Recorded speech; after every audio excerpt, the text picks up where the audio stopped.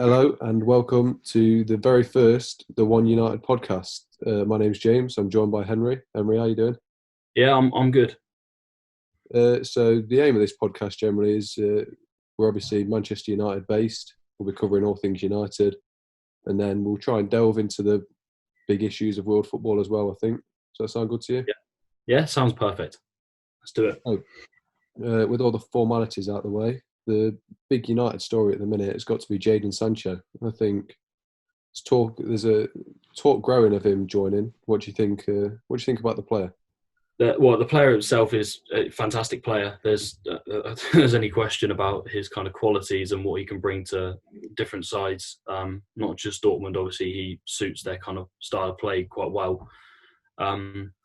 But he's a fantastic player, and everyone can see that as well. He's done it on a international stage as well now, so people are kind of he's turning heads, and it'll cost a lot of money. But if you can get him, obviously competing against Chelsea, who are looking like they're going to sign Timo Werner. So I mean, United are going to have to kind of up their game, probably offer more money, but you've got to get it done. He's a young player and a very rare talent in the world. What do you think about him? I think that's a really good point you raise about Timo Werner. Obviously, United have reportedly not gone in for him because they can't afford him. But I think it's good in a sense that it shows that they're willing to focus all their efforts on Sancho. So I think he's got to be the priority this year. I think a right winger is most needed, especially now that we've got the midfield that we've got. I think we could survive on that. I think so. Obviously, the centre back position is still something that needs addressing. That's a big issue, whether people like it or not. Lindelof, I don't think, is quite up to the level that we thought he'd get. It's taken him quite a bit of time to get there, to get to this stage at the moment, and he's kind of playing at Champions League level, but not world class top level. So a centre back is needed, and definitely one, if not two, wide players, because we can't just keep relying on kind of Rashford and James, because they can't produce week in, week out at the moment. Rashford will probably get better as time progresses, but if you want to have a title-winning side, you've got to have flexibility like Man City have got. Yeah, I think I completely agree with you there on Lindelof. I think the reason he's held so highly by United fans is because of last season. He was obviously United's main centre-back, but that's because he had no competition around him, did he? Yeah, he Smalling returns. was a bit. Yeah, Smalling's a weird one. I've always thought he's a bit gangly. He seems a bit like he's the kind of person that could trip over a ball trying to pass it. He's got the talent to a degree when it comes to physicality and pace and stuff. He's good. That's why it works in Serie A, because you're able to kind of get back and make tackles, which is what he's like brilliant at. But when it comes to playing out with his feet, I mean, it's a bit worrying if you've got someone when you're trying to challenge for the title like him at the back, because you never know what he's going to do. I think him and Phil Jones really test your patience. They build your character as a fan, having to watch those two together.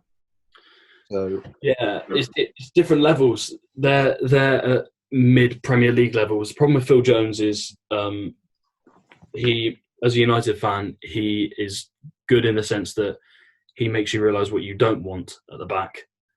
And you're right. It does kind of test you as a fan, and it's painful to watch at times. The only good thing about Phil Jones are the facials when he's trying to head a ball or something. Doesn't he? But back onto the topic of Jadon Sancho. Then they're saying 100 million euros. I think even if you don't take into consideration coronavirus, I think that's a bargain. To be honest. I think this that could go on to break transfer records the way he's going. Yeah, well, obviously the Neymar deal was the biggest there's ever been. That if FFP is obviously still in place, it's going to be more difficult for sides to kind of pay that money for players. But the money that is being paid will go up. Obviously, the market will take like a few months, maybe even a year to recover from the coronavirus. But clubs like Dortmund are in need of money. I know they say they're financially stable and whatever, but you look at the players they've got on the wages that they're on, and the fact that they're not getting fans at the gate week in, week out because they're not allowed. That's a massive source of income that's kind of been taken away. So every club needs money, whether they say they do or whether they say they're financially stable or whatever. Every club is kind of, bar the billionaire owned ones like Chelsea, because Abramovich can just throw money at anything. Then every club's looking at a kind of a bit of debt and a bit of a struggle over this period of time. So I think the thing that United will be licking their lips at the minute is Dortmund are historically a selling club. They've struggled to keep hold of any high quality talent for a long period of time. You look at Lewandowski and Goetze, who went to Bayern. Yeah. When Dembele leave, I think the only one who's stuck around is Marco Reus. It just makes you think that it's an element to that Jadon Sancho deal that makes it all the more likely. Yeah, it does. Obviously, the thing with Dortmund is they've always struggled in the sense that nobody sees them as a kind of title-winning top side that can be there consistently for years on end. They always seem to do what they do best, and that is bottle it in the big moments. When opportunities arise as a top club to get the title, so they had that game against Bayern last week at home, and you're thinking, right, they've got a real chance here. This is the chance to kind of ruffle a few feathers, and probably the worst they've played this year. They were just slow and half-assed really, and it didn't look good. The football didn't look good, and they looked nervous. And players look at that and think, right, it's time to kind of cut ties and leave. Yeah, I think I know what you mean. The only worry for me is the other clubs that could come in for him. Obviously now Real Madrid are reportedly trying to bid for him. I think the pulling power of Madrid is a lot higher to United, so that puts a worry. Well, that puts a bit of doubt in my mind. But he's a English lad.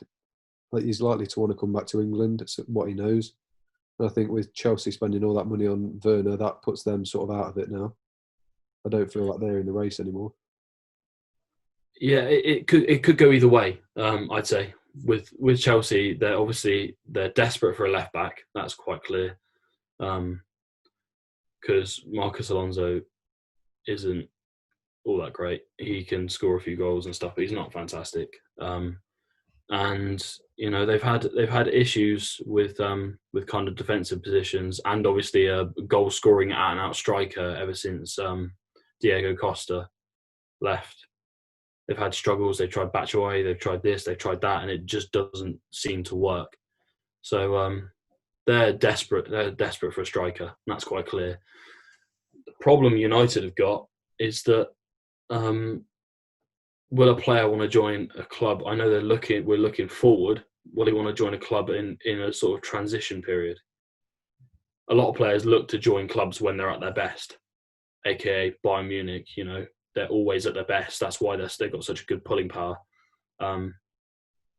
Real Madrid, that's always attractive. However horrible and snarky their fans are towards their players, that's always going to be a kind of a tough one to fight off. But he has to be a main target. Has to be. And people will look at the Glazers in a completely different light. I still don't agree with the way they run the club, but they'll look at it in a completely different light if they sign Sancho. If they don't, fans will start to turn. I know we signed Fernandes, but that's not good enough for a club of United's calibre. You need to be signing players like that on a regular basis rather than just a one-off in the last 6 years. Yeah, I'd definitely agree with you there. I think I'd hate to think what state we'd be in now if we hadn't signed Fernandes. We're obviously in a top 4 race because of him. If he doesn't come in, we're in a battle with Spurs and Arsenal for 8th and 9th, and then you've got no pulling power at all then, have you? Yeah, exactly. Well, these clubs, I'm surprised Mourinho joined Spurs in the first place. I never, they're not a top club. However much they're difficult to play against and stuff, they drop points against the lowest teams, and they struggle in big games. They're the same as Dortmund in that sense. They struggle against big sides, but we can't be in the situation where we're trying to compete against Spurs and Arsenal in the league. We need to be competing with, sadly, obviously Liverpool are going to win the title, whether that's through games or, well, obviously their project restarts on its way in, so it's probably going to be through games and 2 more wins and they've got it, I think. So it's a saddening thing to think about, but it's a massive wake-up call, and we come to the realization that we can't always compare ourselves with the best at the moment, because we're not the best, and we have been for before Moyes came in, and Van Gaal and Mourinho. Even with Mourinho, we were quite good, but we've always been the best of the best for the last 25 years. We can't allow standards to slip. It just isn't on. It's not fair on the fans. It's okay for the owners because they're earning God knows how much a year. But it's not fair on the fans anymore. This transition isn't a transition. It's a period of trouble for United. And it needs to end within the next year or two, or fans are going to really start to there's going to be a lot of unrest in the stadium. Yeah, I definitely agree with that. No, you say there needs to be a change. You've obviously, through our uni work, you've written an article about how we need a director of football. How important do you think appointing a director of football would be in moving United forward? It's critical. It really is. And I don't think people quite understand how difficult it is to run a football club with owners, and then you've got like 5 different chief scouts there from 5 different managers. It's not as simple as just running a football club and, buying the right players. You have to pick the right players for the side. The manager obviously has to have his say and his kind of input, but you need a footballing man at the top to run a football club. City have got it. Who Bergerstein, I think it is, who works quite closely with Sheikh Mansour. You need that. Ed Woodward is a great financial guy because he's increased our revenues tenfold. It's amazing what he's done on the financial side of things, but he's not a footballing man. He's a banker. And there's a big difference. You can't just chuck someone in the deep end. I can't fully criticise him because he's been thrown in the deep end a little bit and told to run 2 sides of a club, which he only knows one thing, and that is how to churn out and make money. That's what he knows how to do. And, a director of football, someone who is smart, a bit kind of, a bit different to everyone else. They've got to have a personality. They've got to have a bit of fight and, some skills to like negotiation skills and stuff like that. You've got to have the right person, but you can't have a non-footballing man at the top because it just doesn't work for a club. It hasn't worked for the last 7 years. So why on earth would it work in the future? Won't happen. And we need someone. We can't just rely on 2 or 3 people. It's not the right way to do it. I don't think anyway. People might disagree, but fair enough. Summed it up well there. I think Woodward is obviously in charge of signings. I think he goes for names over ability. I think that was seen in the Schweinsteiger deal and the Alexis Sanchez deal. The famous quote, what was it? People will see Schweinsteiger's name on the list and they'll be running scared. This was a man who was 31. He's past the peak of his career, coming in from Bayern Munich, who clearly thought he wasn't good enough to let a legend that high leave. And Woodward's picked him up on the fact that he is Bastian Schweinsteiger. I think it's obvious with the same with Alexis Sanchez. He was coming off his worst season at Arsenal halfway through that year, and we've paid him the highest wages in the Premier League to come here, and it was pretty obvious straight away he was going to be a failure after the first couple of games. These names sell shirts. That's what they do. And that's Woodward's business, selling and making revenues. That's what he is in there to do. But you notice with Arsenal, it's different to with Bayern Munich. Arsenal will sell players because they have to, or players feel like they want to leave, or they feel like Arsenal haven't got the ambitions that they want in terms of aspirations for titles and big time trophies. But Bayern Munich do not let players go when they're in their peak. It doesn't happen. They don't do it because they're one of the biggest clubs. They're a bit more, a bit smarter. They're like savvy with finances and also with players.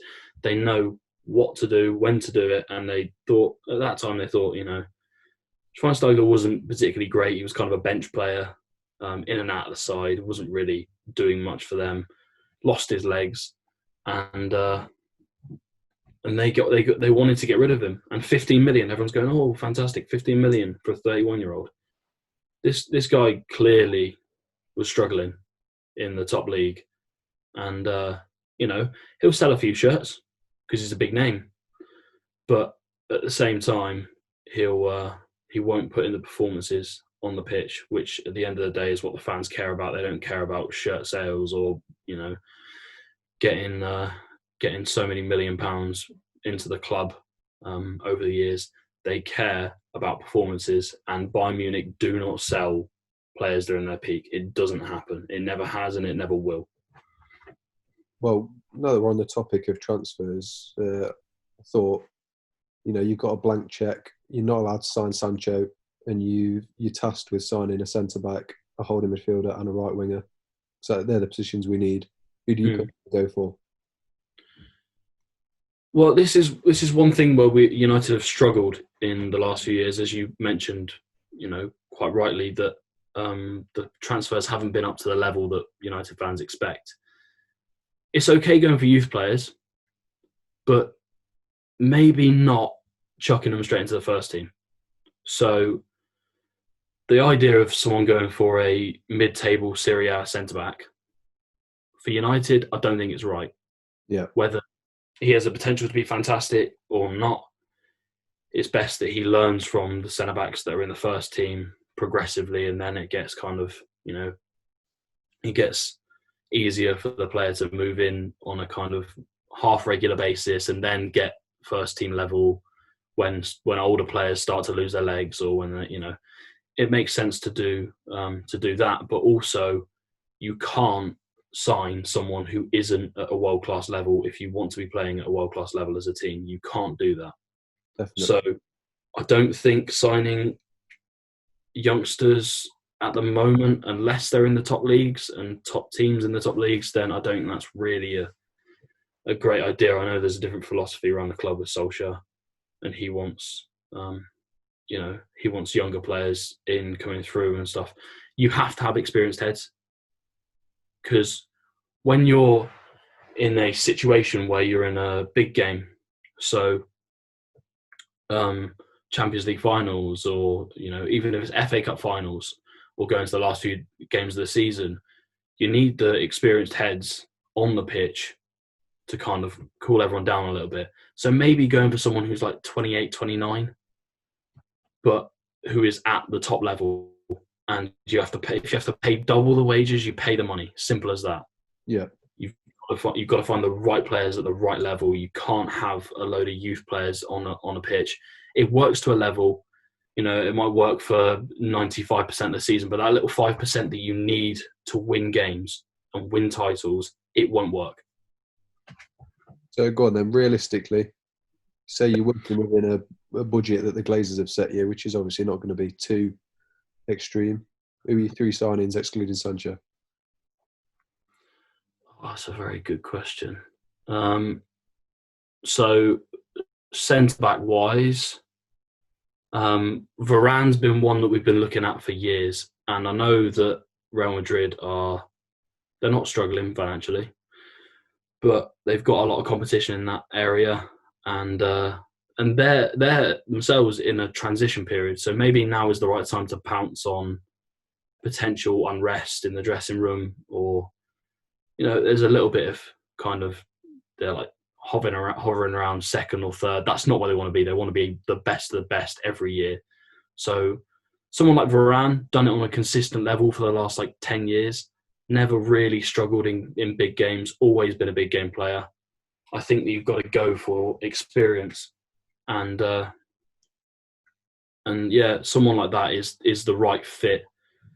But it's going to be tough to get the top players when you're not at the top yourself. So, it might be a bit far fetched, but I think that's a sort of realistic ambition. So, what are your kind of take on signings? What do you think we should go for? What kind of profile of player? So I think it's different for each position. I think centre back, you've seen the influence that Harry Maguire's had coming in. I don't think he personally has had an amazing season, but the effect that his personality on the team has had, it's clear to see. We're a lot better defensively. So I feel a player not similar in style, but who could have a similar impact. I feel you'd need to go more experienced, which is sort of sway towards a Koulibaly. He's 28, I think, 28, 29. He's in his prime, and that way players like Twanzebe and even academy players like Mengi can learn from him, and they can take over when he's past it. Yeah. No, I think that's a kind of the right kind of player to look for. Koulibaly is an interesting one actually, where he's not at a top club, but you can tell he's a top player. He's not at the best club.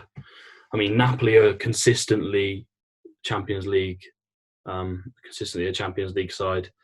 They cause a few upsets. They never really do a hell of a lot in Europe.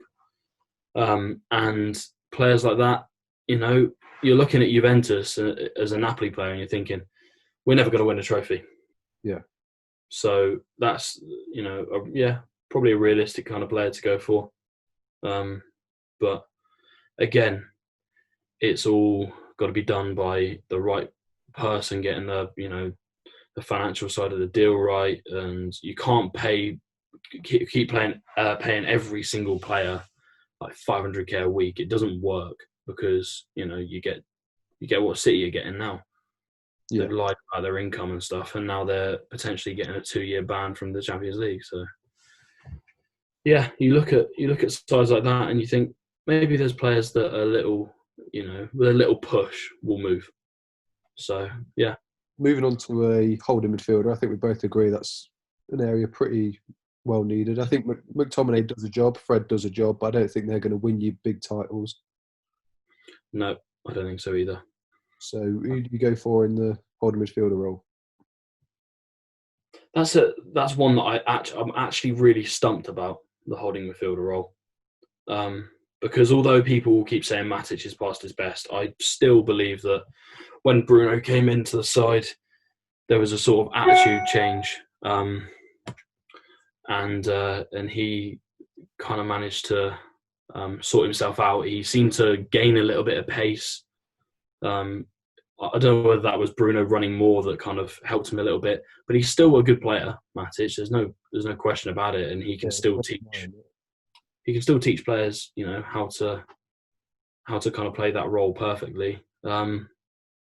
But you've got to be looking at, again, top players, because that's what's needed now. Youngsters will do it to a degree, but not. To be honest, I can't think of a perfect name at the moment for.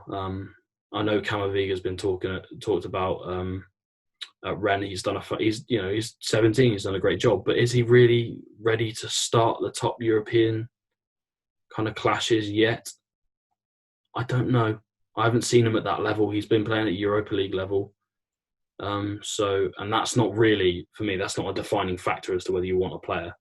Yeah. Whether they can play at Europa League. You want to have a player that can play at the top of the Champions League. So I'm stumped on that one. I really am stumped. I don't know who the right fit is. I don't know who the right... Again, it's got to be done on like 5 different factors. You've got to have personality as well. They've got to get on with the dressing room. You can't have someone who's ostracized straight away when they come in. You've got to have someone who's looking to be kind of a big personality in the dressing room, a leader, because you need someone who's a leader in midfield. That's essential because you're in the middle of the pitch. You can kind of see everything from behind you to in front. You can kind of, control games. So I'm not sure. I'd stick with Matic for now. Seemed to be doing a good job in the last half of the season, so I stick with him for now. But I'm not sure. I don't know what your kind of take on the players are. Who do you think it? If I was to give my personal opinion, I'd throw Sandro Tonali in the hat from Brescia. Yeah. I feel because he's so widely regarded as the next Pirlo. He's got the same look, the same play style, and I think it's arguable that Pogba got his best performances next to Pirlo. So I feel Yeah. like you've got the solid base of Fred and McTominay who can build on last season. I think you can ease him into the squad because I'll admit right now he's not United standard player. Yeah. The feeling he has when you take the experience of Matic, and that will help him as well. If you can ease him into a midfield three of him, Pogba, and Fernandes, I think. The problem with Sandro Tonali is that he's in a Brescia side at the moment, and again, I'm not downplaying the lower sides because you've seen players like Dele Alli come up from MK Dons and put in a shift and do a kind of really good job at the top level, but he's got ties from what I've seen. Tonali has got ties with Napoli, who are really keen on getting him. And I sort of understand if they did. But, again, I couldn't say I've seen enough of Tonali to say that he's a candidate for my personal kind of opinion. But yeah, I can understand that. It's a risky move because he'll no doubt be pretty expensive as well. Yeah, players like that don't come cheap, and obviously they'll be cheaper than the top players, but it's still kind of paying maybe an expense that you don't have to at the moment. I think people are more at the moment for United more excited. I know people saying McTominay instead of Matic, but I don't think that's the right call. I really don't. McTominay is great and he works hard and stuff. There's only so far a workhorse will get you. He's not a raw talent. He's not grown up playing that role for the last 15 years. He used to be a striker in the academy. So he's still learning the trade. And, the Matic, Fernandes and Pogba kind of trio in midfield, for me, for the foreseeable future, that kind of works for me. So moving on then to the final position, assuming, say Jadon Sancho deal falls through, right? Do United have a plan B? And if they don't, who would you suggest? Because I think it's an area that definitely needs looking at. United's plan B is always to use what's in the youth ranks, which really, really winds me up. I know it's going to annoy a lot of people, this, but it really, really winds me up that we think, oh, we can't get this player, so let's just see what's in the youth ranks. Let's see who's coming through. Or let's rely on Dan James, who's done a good job, but he's come from Swansea. And, to be honest, he's outperformed what everyone expected him to do. Absolutely. This season. But consistently brilliant at, 21 coming from the Championship, have one season in the Premier League? Probably not. I think what we've got to think about is what's realistic. I don't want to go in thinking we can get the best of the best at the moment because I don't think that's realistic. Sancho, for me, there's no other option. There simply isn't. He's English, which fits with Solskjaer's kind of the mould of a player that he wants. He's young, he's talented, and he's obviously not a big personality, but he's friends with a couple of United players as well. It's essential. It has to happen. And if we let teams like Chelsea kind of nab him, we're in trouble. If another Premier League team gets Sancho, I realistically can't see us challenging for the title for the next 4 or 5 years. I think I'd agree with you there. I think of any position, I think Sancho has to be the number one target, even if he's the only player we sign. I think he's that important. I think, yeah, I mean, I said to my dad the other day, I said, United need, I think, 2 or 3 signings now. And then you've got a side, obviously without selling anyone, you're hopeful that injuries kind of don't, follow suit with the players that you bring in. And because you don't want to have a kind of a transition period halfway through the season where one player gets injured and then you've got to kind of swap 2 players or whatever around. Yeah. 2 players or 3 players.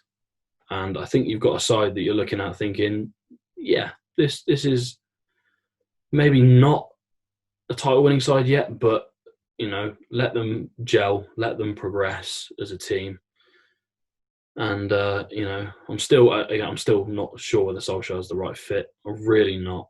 A lot of people are kind of saying, the next Alex Ferguson, he has to win something before he can even get status as a top Premier League manager, because players and managers aren't judged on long careers or I've had a long career at I don't know, wherever, Southampton. If someone's had a long career at Southampton, they're remembered by Southampton fans.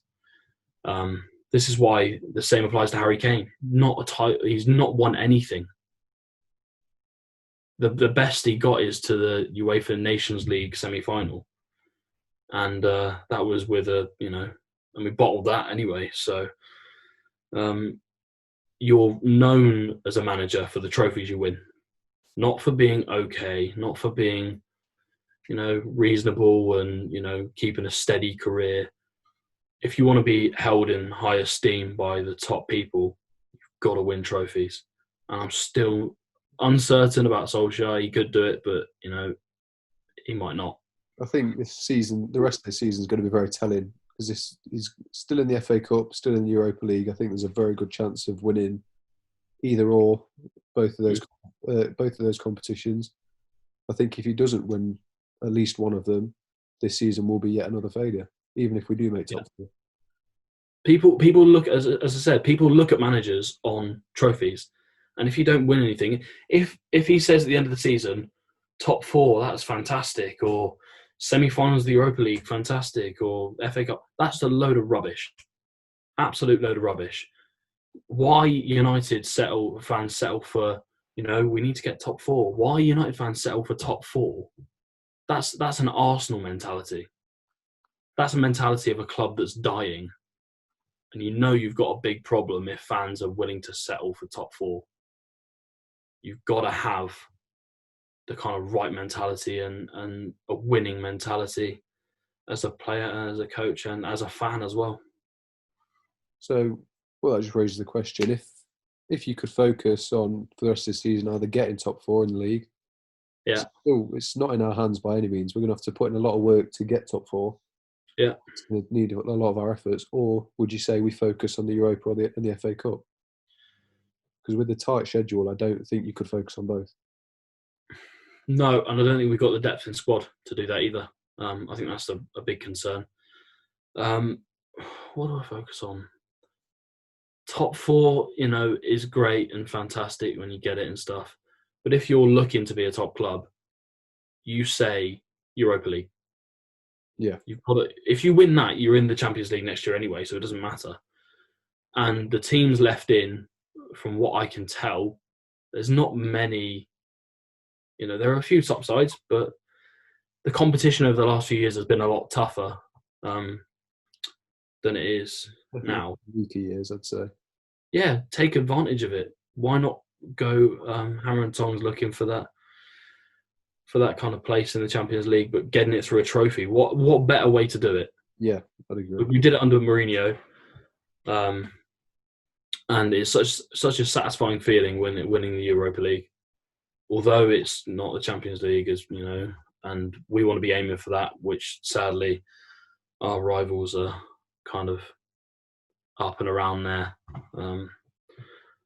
every year at the moment, which is not good. But yeah, you win trophies and fans start to get a little bit happier. You get top 4 and fans think, oh, top 4 again. I think just to round things off, we'll go into the general world of football. You speak of Yeah. unhappy fans. There's a lot of unhappy Liverpool fans at the minute after news broke that Werner might be heading to Chelsea. Now, this is a player that Klopp has publicly come out and said is his top target. Werner has said he wants to join Liverpool. Hmm. And Liverpool are refusing to provide this player for the manager. How does that make Klopp feel? What? How, what You happened? feel so angry as a manager if you have one target, and this, as you said, it is one target. I mean, Liverpool fans will cream over Bobby Firmino about how great he is and this and that. He's not a goal scorer, whether they like it or not. He does help build play up, but helping to kind of build play until the Atletico game at home, he hadn't scored at Anfield Yeah, all season. I don't think he scored. I think he had like 7 or 8 goals this season. yeah, it's not been his best season by any means. He's not a 20 goal a season striker. He's No. not, and they rely on Salah and Mane to do that. Which again, that's fine. But once you, as we found out in the Atletico game, once you close those two down and kind of double up on them and don't let them have any time or space, then you're looking and thinking, yeah, you might have this Liverpool team by the bollocks. Genuinely, that they've relied so heavily on their wide players and their fullbacks. You nullify 4 players, I'd say, and you stop the cross merchants whipping in a ball every 5 seconds. Although they might hit the target with 1 out of 25 crosses, but that one cross that is a target usually goes in. So Liverpool are in need of a big kind of top striker. They need it. They need a 25 goal a season striker, and Werner was that one. And you saw the Liverpool videos. Welcome to Anfield, Timo, on YouTube. All the people that put videos up thinking, yeah, they had him in the bag. They have, and they've had the opportunity for the last kind of week. He's got a release clause at the moment that lasts for another like 5 or 6 days, I think it is now. Yeah, it was a week left. Yeah. So they've got that release clause, and the owners should surely be thinking, if we piss our manager off now, that's really not going to help the side, because they still want to be winning the Premiership and the Champions League. If you annoy a manager like United did with Mourinho when we didn't get a centre-back for him, if you annoy a manager like that, then they start to think, oh, do I really want to be working for these lot? There'll be an element of doubt in Klopp's head once if Chelsea finalise the deal, if Liverpool don't jump in now, which they still could. If they finalise the deal, Chelsea, then Liverpool are, again, they've had a lot of kind of things that have made their fans annoyed over the last couple of months. The first one being using the furlough scheme for such a dominant Labour based city. They're using the Tory furlough scheme. The top club. This is the top club in the world at the moment, as the Champions League says. This is the top club in the world at the moment, using a government payment scheme to pay the players and staff wages. So fans were ripping into them, journalists were ripping into them. So the fans were already a little bit annoyed about that. And this, although they'll win the Premier League, it won't be the same because they'll be doing it in an empty stadium. That is one of the things that actually, although it's kind of bittersweet, isn't it? Yeah. It's amazing for their fans to win the Premier League. But it's good for us United fans, because although I won't watch the title ceremony because I probably couldn't bear to do that. It will be in an empty stadium and they'll be socially distancing on the podium. So that, for me, if they're going to win a title, you want them winning it in the worst way possible. And that is the worst way you can win a title.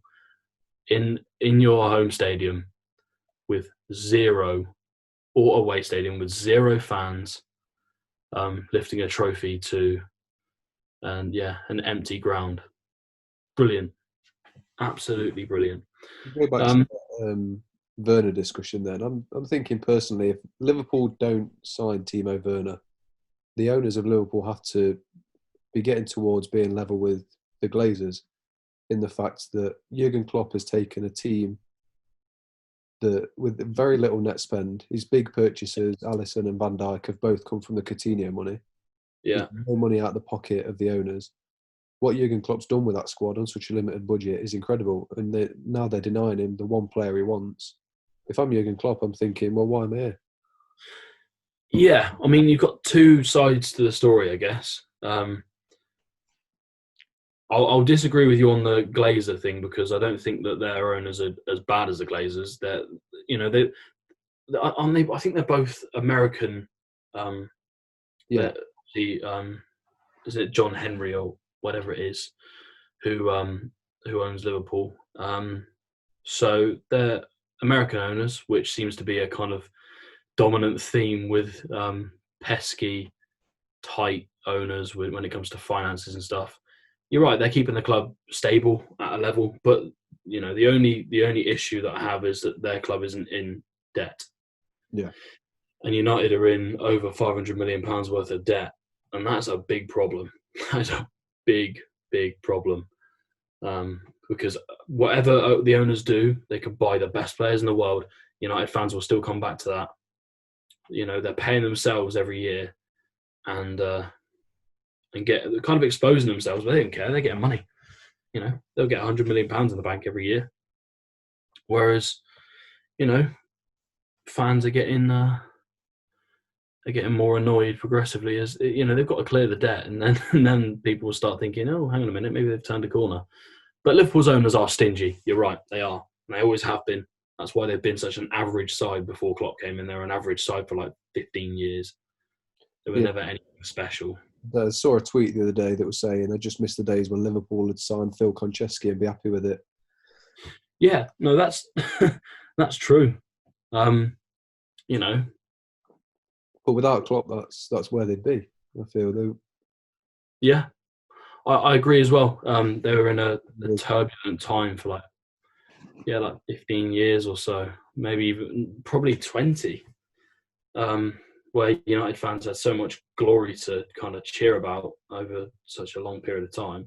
It's a shame that Twitter wasn't invented in the 90s and early kind of 2000s, because that would have been a fantastic, like a field day for United fans. So, yeah, their owners are stingy, and Liverpool fans, they don't quite understand, I don't think. I know I'm biased, and that's fine, but this is a United podcast, so I'm bound to be a little bit biased. But their fans have unrealistic expectations. That's how it is. They do. You can never expect Klopp to come in and win the Champions League. That wasn't a realistic expectation when he first came in. It wasn't, didn't like it was going to happen. So they've kind of exceeded what they're expected to do. I don't know. What's your kind of take on them as a club? I think, well, just like you said, I can't even explain it. I want to say they're a mediocre club with an amazing manager, but they're not a mediocre club anymore. I feel it's only the history that makes them such a big club. I think if you go over the last 30 years, they're sort of an Everton team that have always been there or thereabouts around Europa League, but never really pushing. But then Jurgen Klopp's come in. He's done incredibly well, as annoying as it is. He's on the budget that he's had, he's won the league and the Champions League for him. Yeah, I mean it is. That Coutinho deal was great, because obviously, although he's a great player, he wanted out, and they managed to get like 130, wasn't it, in the end? Yeah, I don't think it's spoken enough about how much Philippe Coutinho actually cost. There's a lot going around about Pogba being the world's most expensive player at one point and how he's not lived up to that. But there's no talk that Coutinho was 1.5 times as expensive as Pogba. Yeah, well, I don't want to make I don't want to make any ridiculously bold statements, but the problem with Pogba is that he is having to face the media, regardless of what he does. He has to face the media, and I think it's ridiculous. I think some of the criticism, I've described it before as blind racism because it is. Well, and the people that get upset by what I'm saying now are the people that you should be worried about because they're constantly laying into a player. He's been injured, fair enough. Maybe his attitude is a little bit different, maybe it's not what we 100% expect. But because he's not English and because he's black, he gets a lot of criticism. That's how it is. And we talk about all the, you see all the stuff going on in the US right now. It's institutional racism. It is. And it's, you could, and I know Graham Souness was a great player and whatever, but you see what the criticism that he gives Pogba, unwarranted. He doesn't know him as a person, so therefore unjust. You can't criticize someone's personality without knowing them. You can't. Yeah. So we have a really big issue in the media, and one that needs to be sorted, which people aren't talking about. We talk about all the riots in the US and stuff, and killings of and this is, by the way, so one thing I wanted to mention in the podcast, because it is such a big issue, and I know it's not football, but it involves football. Yeah, definitely. So all the riots happening and the Black Lives Matter movement, it's changing the kind of world, but we can't just look at that. We've got to look beyond that. We've got to look far and beyond and back in the past about what's happened in football before. Racism hasn't been eradicated from football, and I don't think it will be straight away because you still have racist people in football in general. You saw the incident in Paris with the Chelsea fans, like basically bullying a black French guy for no reason. Makes zero sense. So that's one thing, and I don't know what your take on it is, but it's got to be stopped. It is within football. It is blind racism, and people don't pay enough attention to it. I think I'd agree with you, especially in the sense of Pogba. He gets branded as a virus or whatever it is, because outside of football, he uses social media heavily. He's got an infatuation with changing his hair colour and cut a lot, and that's it. Whereas you look at players, like images have come out of De Bruyne coming back from this break, and he's twice the size he was when he went off. Yeah. But there's been no question about his commitment or his attitude or anything like that. And I think it just makes everything so clear now. That's because, and the people that would deny the hell out of this are the people that should look themselves in the mirror and think, am I the same as the media that are constantly berating these players?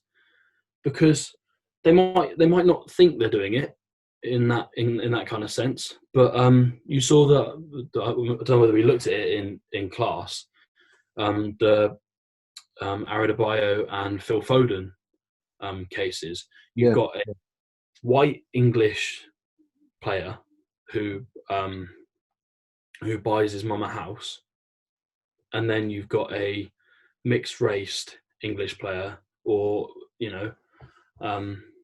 playing the championship with West Brom at the time, I think he was, but he's obviously on loan from City, and they're criticising him for doing the same thing, buying his mum a house. Is just not on. It's not fair anymore. This movement, it shouldn't have taken someone being killed to make people realise the big issues in the world. You've got world leaders who are, I don't want to be too political, but they are borderline racist, some of them, especially Trump. Borderline kind there. I think we're just trying to stay away from controversy. Yeah. I mean, it's a big issue now, and I hate the fact that it's taken someone being killed and someone being filmed dying Yeah, to really figure out the big issue. And this needs to be stopped now. It can't be stopped in 5 years' time because, you know, there's players that feel they mentally struggle with issues. I know they earn money, but everyone else earns money. Just because you're a top earner doesn't mean you don't struggle with the same mental issues that a lot of other people do at the same time.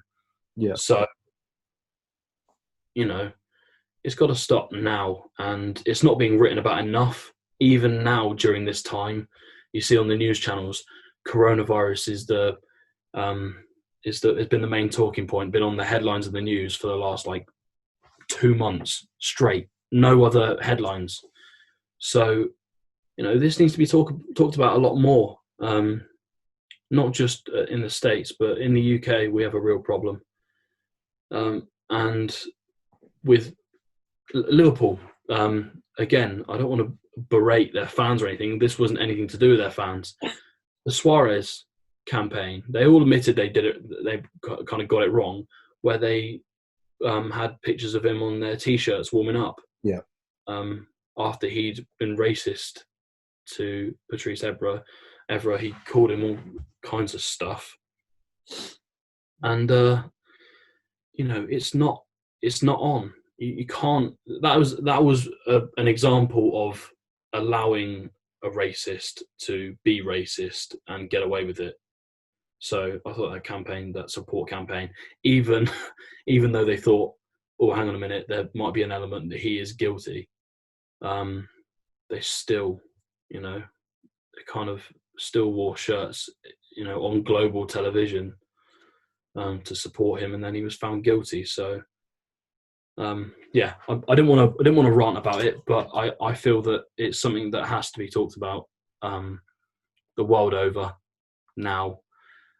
Should have been talked about when all of these killings have happened. You saw the Ahmaud Arbery one. I know it wasn't police officers, but it was it wasn't he wasn't a burglar. He was going for a jog, and although it's not as bad in this country, it's name calling on social media. Have you seen the video of the kid? There's a young, I think he's called Kieran. Yeah. He's autistic and black, and he is being told to kiss some idiot's shoe because this guy's been brought up by I know his parents handed him in, say he's not brought up like this. But if you stop the source, then you stop the incident happening in the first place. And it's, on social media as well. Racism, casual racism. You see it on, I saw a post that that someone put up of one of the videos of someone being beaten in the riots in America. And on there, the comments were just disgraceful. Yeah. Name calling and offensive, and this all people saying all lives matter. Well, it's not about that now. It's about this incident that has sparked riots, and we need to prove to each other that we do care. So, what's your kind of take on the whole situation? I know it's not football related, but what's your kind of take? I think I'd agree with you on everything, really. I think, especially if we link it back to what the podcast is all about, even in United, it's been pretty shameful the last couple of years how many racial abuse incidents there's been in United alone. Never mind the rest of the Premier League. I think it's worrying that racial abuse incidents are increasing in football. I think the Premier League and the FA need to say no to racism. Yeah, it's a good idea, but has it worked? Does nothing, doesn't it? I think something needs to be done, whether it's tougher sanctions or what. I think because it's only going to keep on going up. It's like Andre Gray said, didn't he? The Watford striker. He said, "Someone who's racist isn't going to come to a football game see a banner that says give racism the red card and go, oh, well, I'm not a racist anymore. It just doesn't happen, does it? No, it needs to be enforced. It's not, and I know people have different beliefs, but that isn't a belief. Racism isn't a belief. It's not a culture. It is just, it's just plain wrong. That's what it is. Yeah. And Gary Neville did an interview last year where he said, you can't have a load of players standing behind a banner that says "Say no to racism," because that's not really going to get seen by anyone, is it? No. The FA haven't done enough, and they still continue. And this is another side. Maybe it's not racism, but it's ignoring the problem. They're okay to fine someone for taking their shirt off, or fine someone for going, breaking whatever rule, getting a haircut. You see with the German FA. Yeah. But they're not promoting the say no to kind of racism. That just isn't an excuse to fine players to get more money. It's all about money. It's not about actual issues. And until they sort their shit out, basically, they've got to sort themselves out and figure out a way. Maybe teach it in schools. Yeah. Yeah. What you learn in schools stays with you for a long time.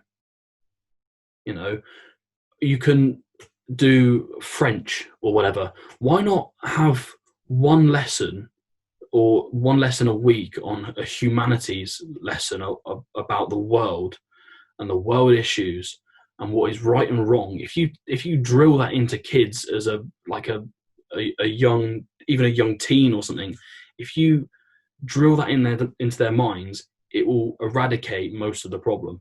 There will still be racism anyway, because parents bring up kids and teach them. But maybe you can eradicate most of the problem. I don't think you're right with the United instance as well. For the most kind of racist incidents in the last 2 years, I think it is. But that's not talked about. You find that through digging on the internet. Yeah. Oh, Liverpool made record turnover. Oh, United have made record turnover. Let's just hide the fact that the clubs are being fans are being racist. Let's hide that because all fans are glorious and fantastic. When they throw a smoke bomb, all hell breaks loose in the FA. But when someone shouts a racist slur, it's just brushed under the carpet, isn't it? Ban them for 5 years from the stadium. It's not good enough. It's not fair on the players. It's not fair on the fans, and it's not fair on black people anymore, because it's just. I mean, obviously you've got so many different religions and races, and but there is only one main race, and that is a human race. And people need to realize that everyone is human. No one is not human. You're born as a human, you'll die as a human. That's how it is. So people need to kind of sort it out and realize that this is a bigger issue than people are letting on. Yeah, I think that's probably the best way we could end it, I think. So I agree. That brings an end to our first podcast. We enjoyed it. Yeah. It's good. It's been really good. And there'll be more issues to talk about next week, I'm sure. Of course. Yeah. Because, whether it's coronavirus or not, there's always something going on. There's always something going on with United, definitely. Yeah. Well, that brings an end to it then. We'll see you next week. So goodbye from me. Yeah, thanks everyone for watching. And we appreciate any feedback that you could give us on how we can improve. And see you guys next week.